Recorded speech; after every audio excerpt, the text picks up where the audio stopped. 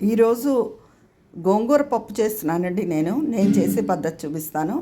ఇది 3 గుప్పిళ్ళ కందిపప్పు. 3 గుప్పిళ్ళు అంటే ఒక ముగ్గురు నలుగురికి ఈజీగా సరిపోతుంది. ఇది నేను ఒక గంట ముందు నానబెట్టుకున్నాను. మనకప్పుడు చక్కగా మెత్తగా 3 విజిల్స్కే పప్పు బాగా అయిపోతుంది.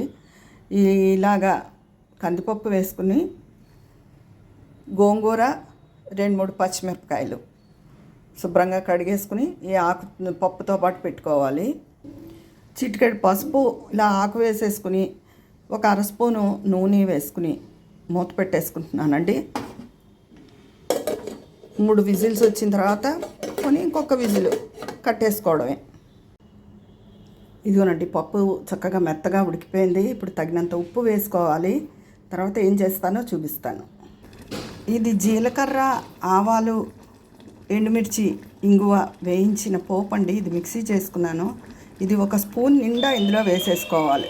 ఇదిగోనండి, ఇప్పుడు ఈ ఇంగు కారం మిక్సీ చేసుకున్నది వేయడం వల్ల పప్పుకి మంచి కలర్ వస్తుంది, ఎంతో రుచి వస్తుందండి. ఈ గోంగూర పప్పులో కొంచెం వెల్లుల్లిపాయలు వేసుకుంటే చాలా బాగుంటుంది.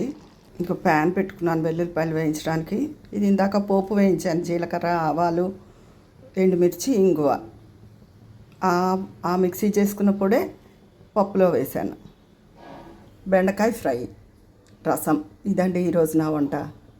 వెల్లుల్లిపాయలు వేగిపోయండి. ఇప్పుడు పప్పులో కలిపేసుకుంటాను. ఇదండి, ఈ విధంగా అయితే నేను గోంగూర పప్పు చేసుకుంటాను. గోంగూర ఇది పుల్ల గోంగూర, పుల్లగా కారంగా ఈ వెల్లుల్లి వాసనతో చాలా గుమ్మగుమ్మలాడుతుందండి.